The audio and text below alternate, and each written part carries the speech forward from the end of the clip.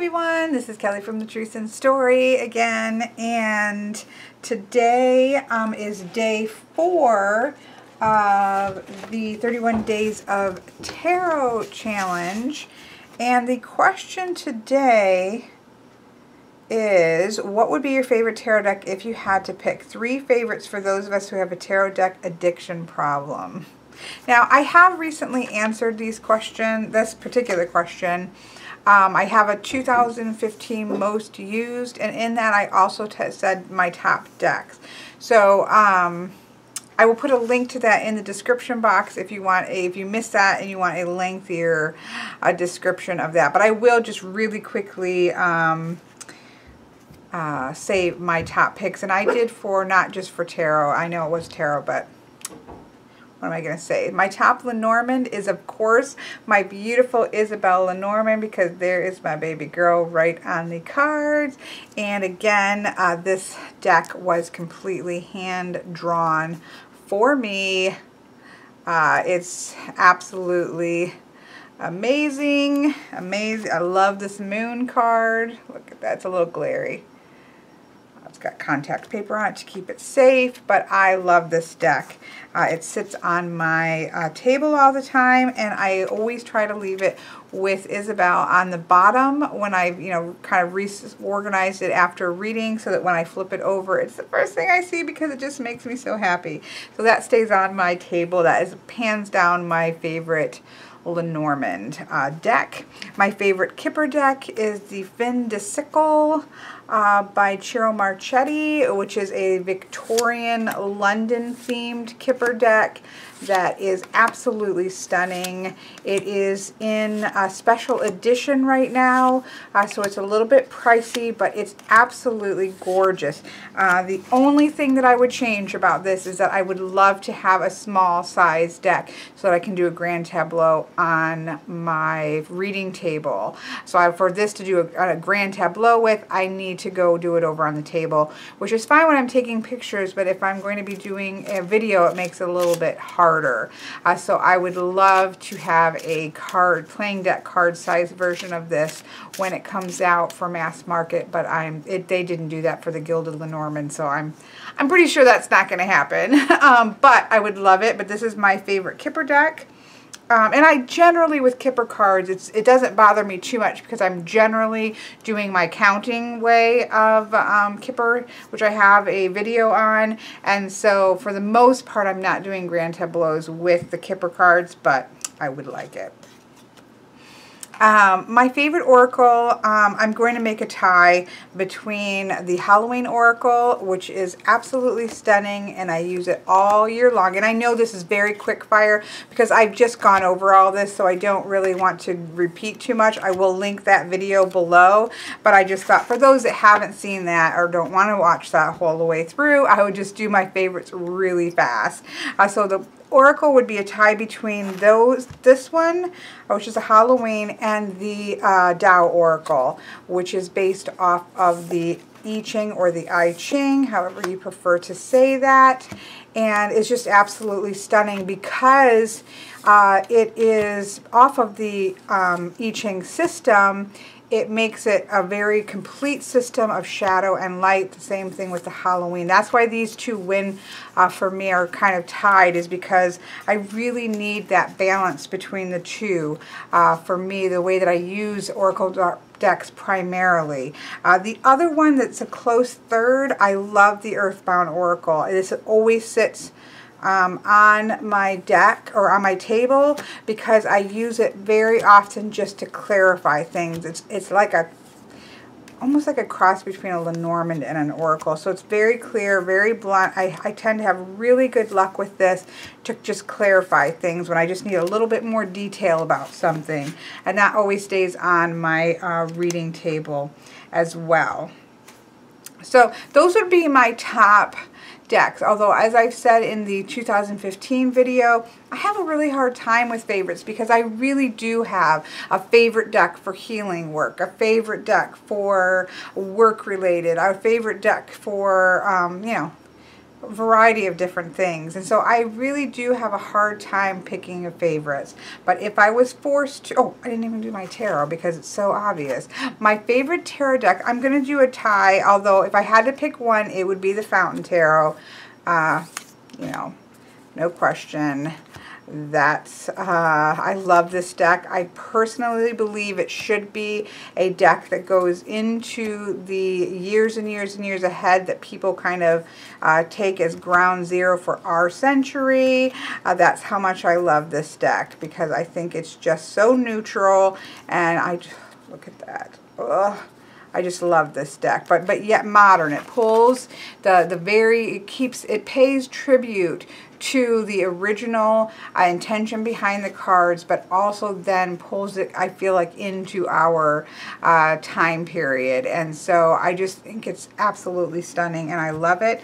I would prefer, tarot decks are the worst for me, because I truly do have so many decks that I absolutely love. I promise I will do a deck roulette. I did sit down and do like a list of all my tarot decks, oracle decks, Lenormand decks, everything, and made like a full listing.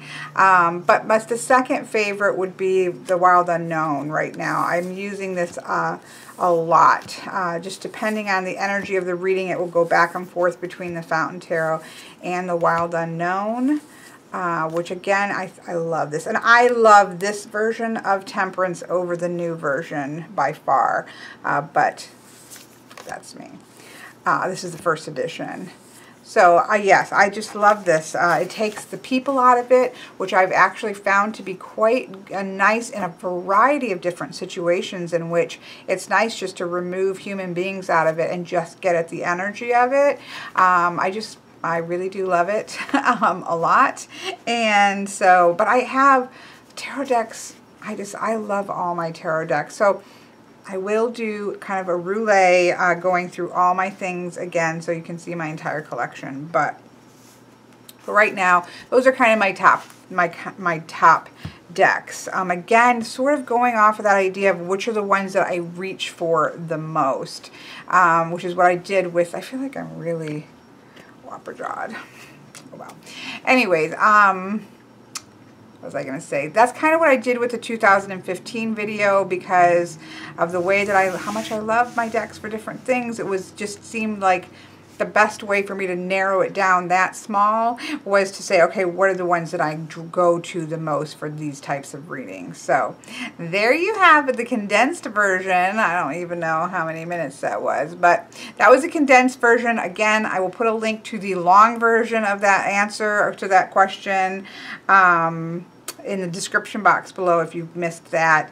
And I just kind of jumped right in it today, didn't I? I'm kind of in the middle of, I've got hobo stew cooking in the crock pot, hobo dinner, we call it hobo dinner. It's like you get a crock pot and you put a layer of corn, a layer of carrots, for me, a layer of onions, a layer of potatoes, a layer of cabbage, a layer of corn, and then a layer of like sausage, like kielbasa, kind of linked sausage, where you kind of slice it up and just lay it on the top of the cabbage, close the lid, and let it cook. And as it steams and all the juices, and just well, also I put with the amount that I make in a big crock pot, I put like 2 cups of chicken broth as well, and then the juices then from the cabbage start to make its own broth, and it just it's to die for. It's delicious. So I have that brewing.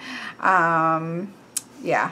And I've been playing Ori and the Blind Forest, and I talked Quilfin into, or I sucked Quilfin into, I didn't talk her into, I just said, look at this, because as soon as I started playing it, when I bought it, I thought, oh my goodness, Quilfin will love this, and so I sent her the link to the trailer, and then she got it, and so we've been messaging. I die a lot, because I haven't played a platform game, you know, the side-scrolling old 2D platform games. I haven't played a platform game in forever, probably. And I was never a huge fan of them. I loved the Super Mario. I grew up playing the Super Mario. Not grew up, but my kids grew up with us playing it. But I'm more of a, you know, I played all the Final Fantasy games. I love all the Zelda games. I played all the Tomb Raider games, the old one up to the new one, and I can't wait for the new one. Well, I think it may be out, but not for the computer. I'm mostly a computer type playing game. We've always had game systems, and Michael always had multiple game systems, but I don't currently actually have a game. I had an Xbox 360 that finally conked out, and so right now I don't have any game system because I play more like, currently I play more like MMO games. I played World of Warcraft for years and years and years. I play Star Wars and the Old Republic. I play World of Tanks. I love PvP, so a lot of I played League of Legends for a long time. Those kind of games. So I haven't played a platform game in a long time, and my strategy has been with this game to just die and die and die and die, because you have to get timing just right. And the further, I mean, it is a beautiful game with stunning imagery and stunning music, but it's hard. And the harder it gets, like, you just have to get you have to figure out exactly what's going to happen so that you can just like do everything just right. There's not a lot of room for error the farther in it goes. So I just die and die and die and die until, you know, because you can set up save points, and so I'll put a save point just before whatever is going to be hard, and then just play, you know, die and die and die and die and die until I finally get it right. And I think I have 250 some deaths. Now I also use death strategically, so I'll set a save point, and then I'll go to explore something that maybe I shouldn't be exploring, but I just want to see if it's anything I should know about, and if it's not, then I'll kill myself so I can go back and not have to work my way all the way back. So I do use my death, but Quilfin only, she wasn't as far in as I was in, but she only had like 51 deaths, and I had 250 some. So it's more to do with how I play, I think, than how bad I am, but it could be how bad I am. Because, again, this is not a style I generally play. But I'm having a lot of fun at it. I also play way too far to where I'm so frustrated, and I die, and I die, and I die, and I die, and I feel like, ah! And then, you know, I come back a half an hour later and just do it in one shot because I get myself so frustrated. Where Quilfin is smart, and she, as soon as she starts to get frustrated, she stops, comes back, and then does it. So I'm trying to modify that. I was almost tempted to start over again so I could just be fresh, but I can't do it because there were some hard things, and I'm not even that far in, but there's been some hard things that I would want to redo. So I've been doing that today, and cooking and doing some work, and you know, a little grocery shopping day. So yeah, a little of everything, which has nothing to do with anything. We're just chit-chatting, but we need to draw a card, and I'm going to use a Halloween Oracle because it's right here in front of me. So because we are now the one day, January 1st, I didn't draw a card on video. I did do it on Instagram and Facebook. So I did draw a card that day. So I'm really technically, although on video we're missing just the one day, but technically, you know, we're going into the second month of a card a day for all of us. So I'm pretty excited about that and don't want to lose that.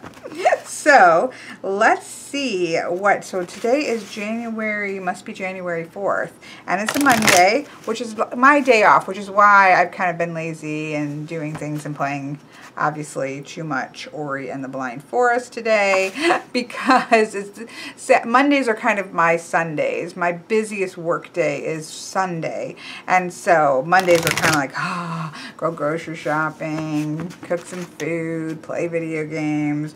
So that's kind of why my day's been the way it has been. Not that I have to justify playing games. I will never have to do that because I play too many to even attempt to try to do that. It's my life. I enjoy it. It's my downtime.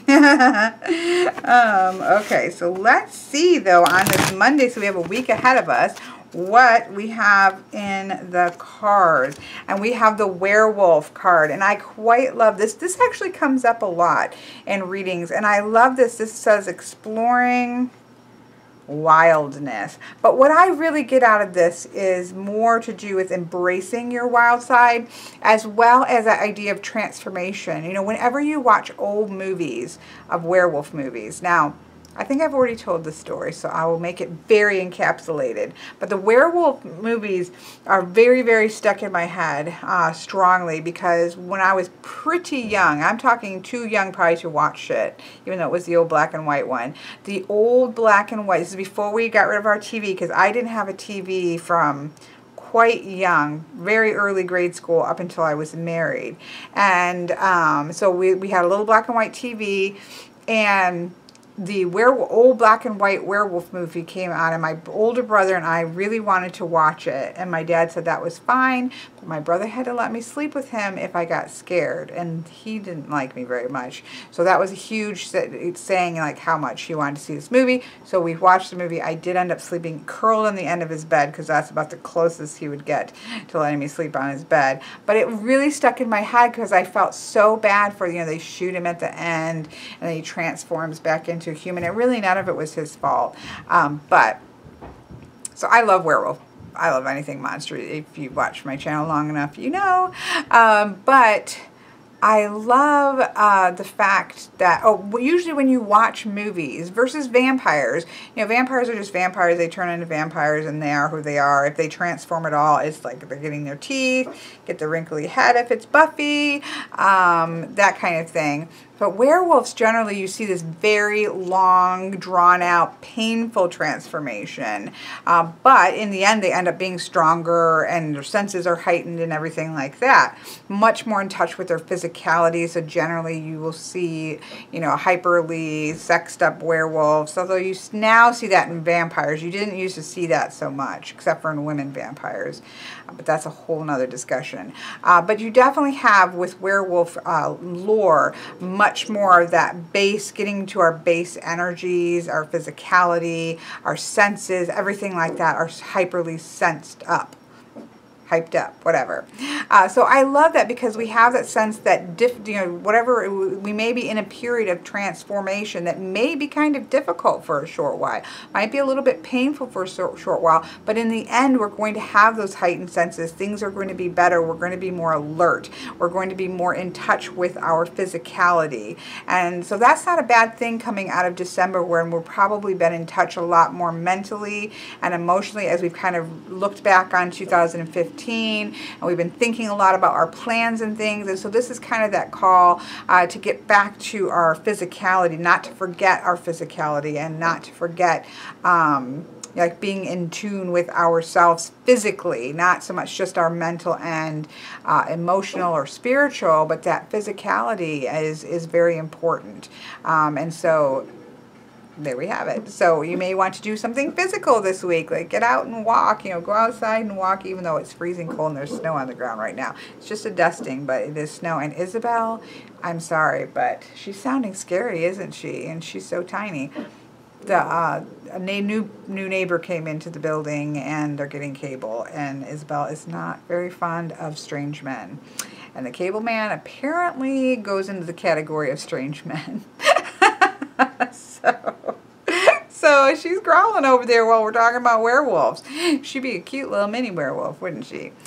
Anyways, so there we have a card of today. So I feel like that was ended quite non-inspiring, but I think that we can all get something from this card. And I like I said, this actually shows up quite a bit. So I do love this in the big giant moon back there. So I hope that you're all having a wonderful day today. Or if you're watching this in the morning, because I know some people do, have a wonderful day coming forward. And maybe in the description or in the comment section, since it really just supposed to be like your top tarot deck is really the question. I just kind of broadened it, but maybe if in the comment section put your absolute favorite. If you could only have one tarot deck, what would it be? Okay, I'll talk to you tomorrow.